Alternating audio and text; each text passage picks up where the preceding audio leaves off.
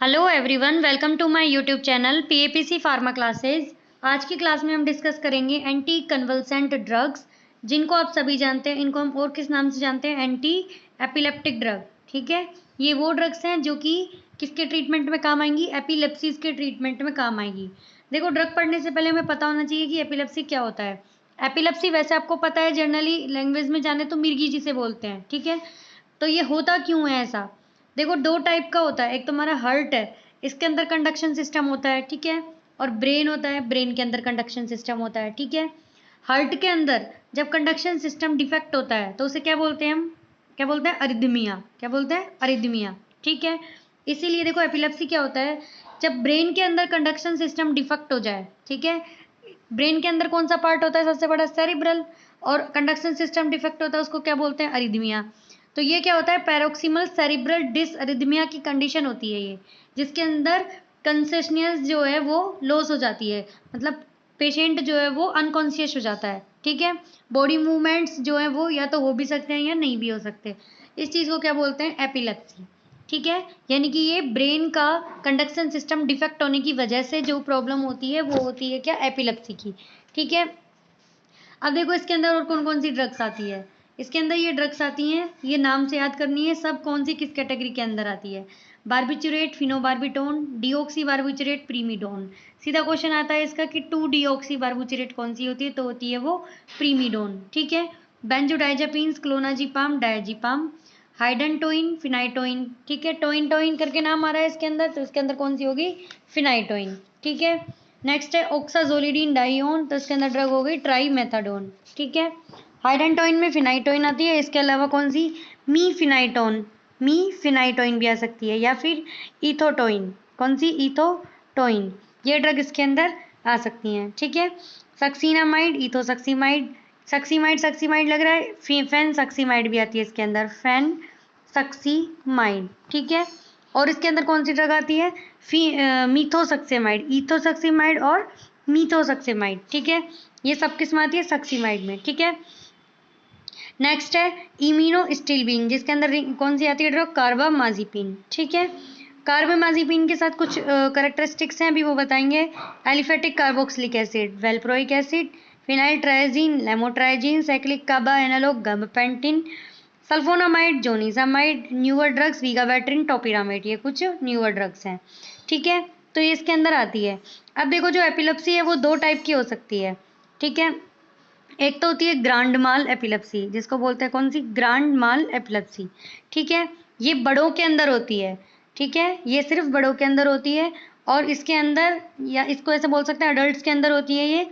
इसके अंदर जिस टाइप के सीजर्स आते हैं, जो बॉडी के जर्किंग मूवमेंट्स आते हैं, ठीक है, जैसे जबड़ा बिछ जाना, हाथ पैर में अकड़न, मसल खिंचाव, ये सब चीज़ें जो होती हैं ये ग्रांड माल एपिलेप्सी में होती है। और इसके अंदर जो ये सीजर्स हैं, इनका नाम होता है टॉनिक क्लोनिक सीजर। क्या होता है? Tonic clonic seizure. ठीक है, जो भी सिम्टम्स बोले मैंने। ठीक है, दूसरी टाइप की एपिलेप्सी होती है, वो होती है कौन सी? पैटिट माल एपिलेप्सी। कौन सी होती है? पैटिट माल एपिलेप्सी। पैटिट माल एपिलेप्सी जो होती है ये होती है बच्चों के अंदर। ठीक है, बच्चों के अंदर होती है ये, और इसके अंदर जो सीजर आते हैं उनको बोलते हैं क्या? Absence seizure. इसके अंदर कोई ऐसे मसल खिंचाव, जकड़न और ऐसे ये सब चीज़ें नहीं होती। इसको क्या, बच्चा जो है बेहोश हो जाता है। ठीक है, उसको बोलते हैं क्या? Absence seizure. ठीक है, और इनमें एपिलेप्सीज में कई टाइप के सीजर जो है वो इन्वॉल्व हो सकते हैं, जैसे कि आपके मायोक्लोनिक सीजर। कौन से? Myoclonic seizure. मसल्स जो हैं ये अकड़ जाती हैं। ठीक है, और कई बार आपने एक एपिलेप्सी और देखी होगी, कोई भी आदमी खड़े खड़े गिर जाता है सडनली।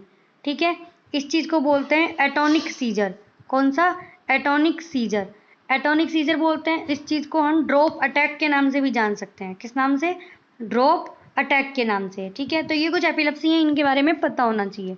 ठीक है, अब हम बात करते हैं ड्रग्स की, कि इनके अंदर कौन कौन सी ड्रग हैं ये, और इनके मैकेनिज्म क्या हैं।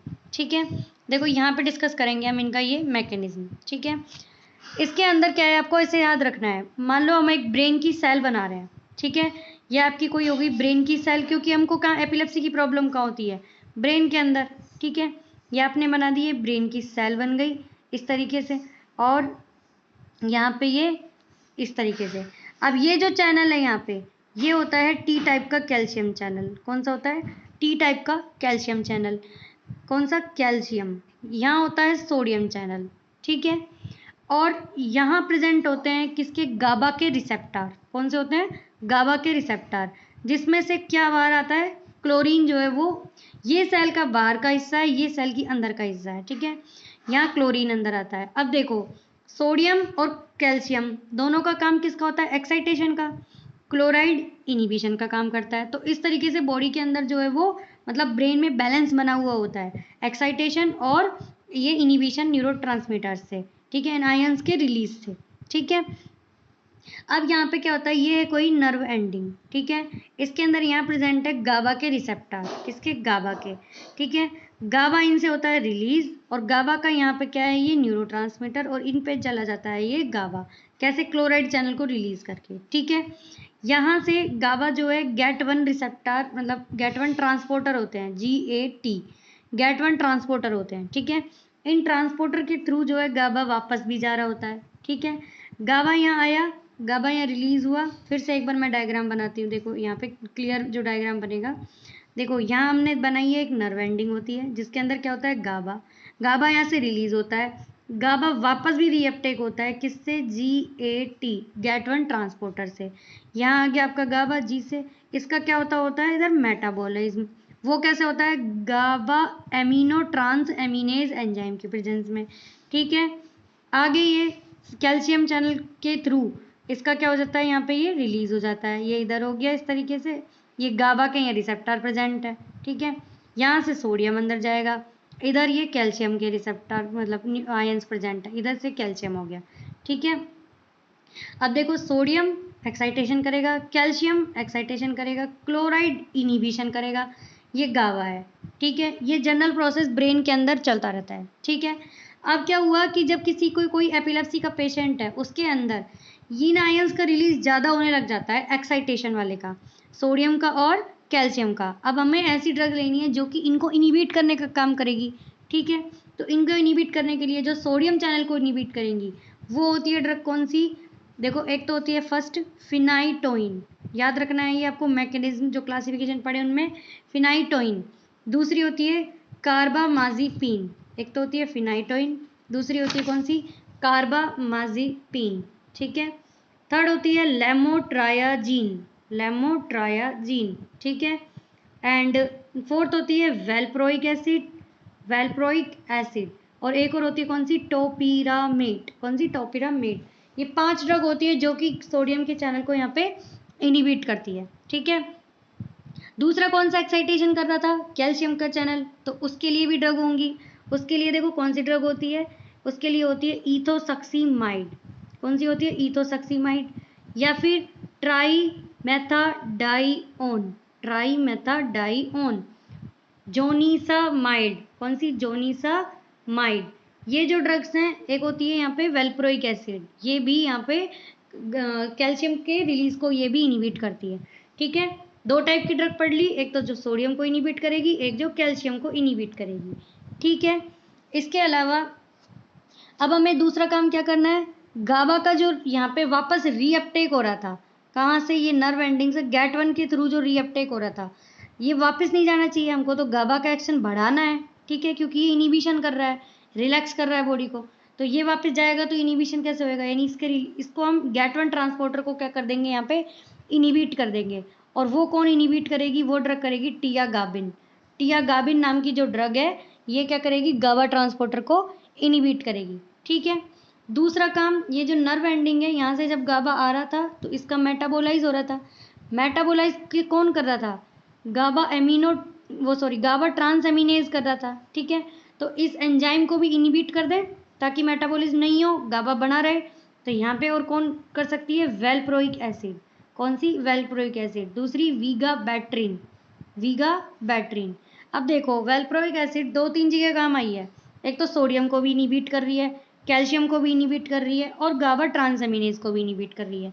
इसलिए जब कोई एपिलेप्सी का पेशेंट होता है, उसके अंदर वेल्प्रोइक एसिड जो है वो यहाँ पे ब्रॉड स्पेक्ट्रम की ड्रग के रूप में दी जाती है, इस फॉर्म में ये दी जाती है, क्योंकि ये मल्टीपल मैकेनिज्म से काम करती है, ठीक है। कुछ बातें ये हो गई। अब इसके बाद और क्या पढ़ना है हमें, जैसे ये नर्व एंडिंग है, नर्व एंडिंग से गाबा यहाँ पे सिंथेसाइज होता है, ठीक है। तो गाबा के सिंथेसिस को बढ़ाने के लिए गाबा पे जो एक्ट करेंगी बेंजोडाइजेपिन और बार्बिट्यूरेट्स, गाबा के रिलीज को ये बढ़ाएंगी, ठीक है। ये 2 ड्रग जो है ये भी यहाँ पे काम करती है गाबा के रिलीज को बढ़ाने के लिए, ठीक है।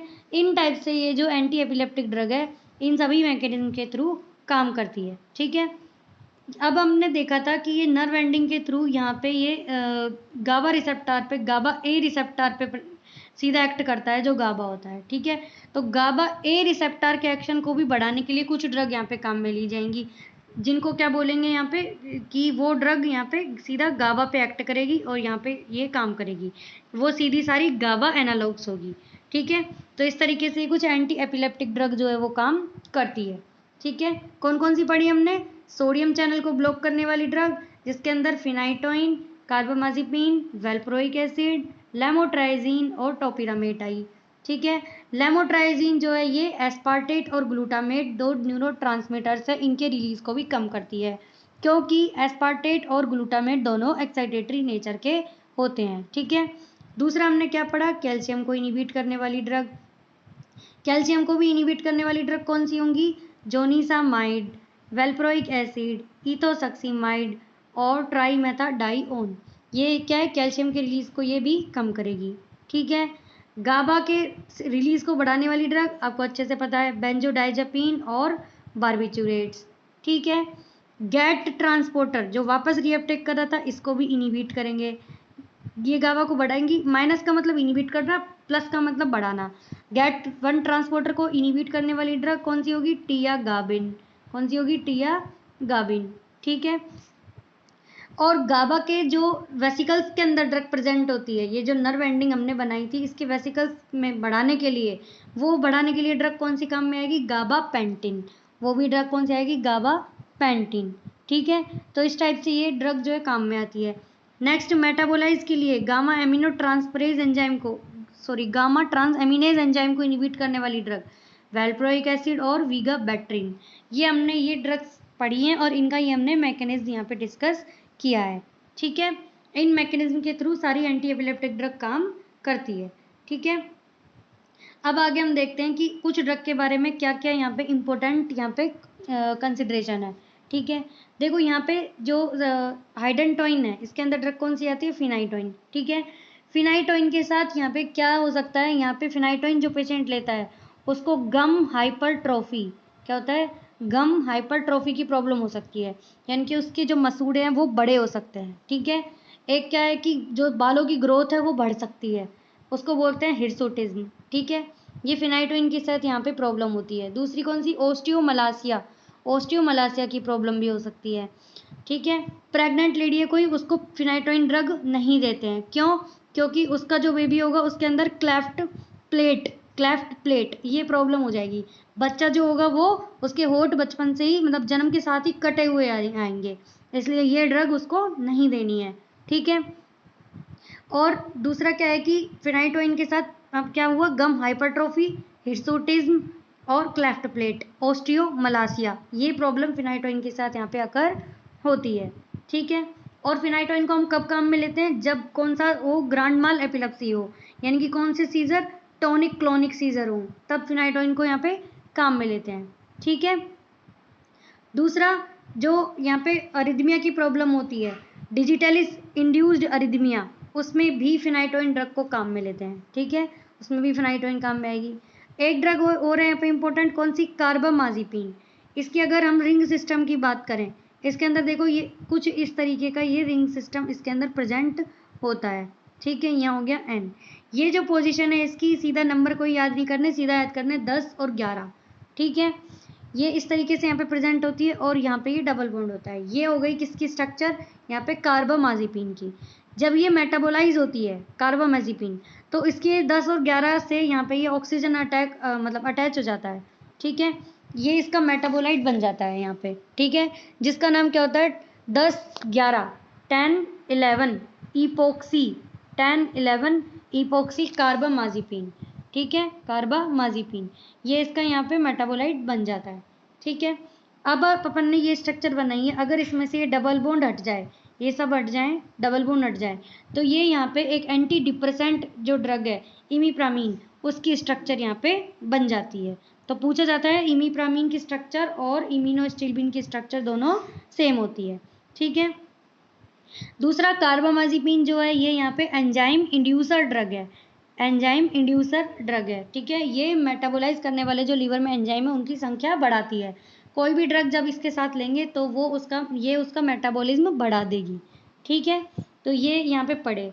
अब जो यहाँ पे देखो हमने पढ़ी थी वेल्प्रोइक एसिड, एक broad spectrum antiepileptic drug है, और कार्बामाजिपिन और वेल्प्रोइक एसिड दोनों को कहाँ कहाँ पे काम में ले सकते हैं। देखो एक तो मेनिया के अंदर भी इनको काम में ले सकते हैं, दूसरा किसके अंदर, एपिलेप्सी में तो हम इनको ले ही रहे हैं, तीसरा इनको काम में लेंगे ट्राइजेमिनल न्यूरालजिया के अंदर, जो ये नर्व का पेन होता है 4th नंबर की नर्व से, ट्राइजेमिनल से, तो इसका जो पेन है उसके अंदर भी हम कार्बामाजिपिन को काम में ले सकते हैं, ठीक है।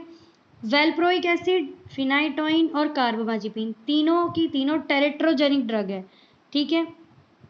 फिनाइटोइन से आपको पता है क्लेफ्ट प्लेट वाली प्रॉब्लम होती है, और वेल्प्रोइक एसिड और कार्बामाजिपिन ये क्या करती हैं, न्यूरल ट्यूब डिफेक्ट, क्या करती है, न्यूरल ट्यूब डिफेक्ट, इसलिए ये टेरेट्रोजेनिक ड्रग होती हैं, ठीक है। तो ये यहाँ पे कुछ इंपॉर्टेंट डिस्कशन थे जो कि किसके बारे में थे, एंटी एपिलेप्टिक ड्रग से रिलेटेड थे, ठीक है। लेमोट्राइजीन का याद रखना है, एक तो सोडियम चैनल को भी इनहिबिट करती है, दूसरा एस्पार्टेट और ग्लूटामेट न्यूरोट्रांसमीटर्स जो हैं इनके रिलीज को भी ये इनहिबिट करती हैं, ठीक है। इतना ही था एंटी एपिलेप्टिक ड्रग में, इसको ध्यान से पढ़ना, इसका मैकेनिज्म अच्छे से पढ़ना, जिसको कोई प्रॉब्लम हो कमेंट बॉक्स में वो मुझसे यहाँ पे पूछना। नेक्स्ट क्लास में नेक्स्ट चैप्टर के साथ बात करेंगे, तब तक के लिए थैंक यू, धन्यवाद, जय हिंद, जय भारत।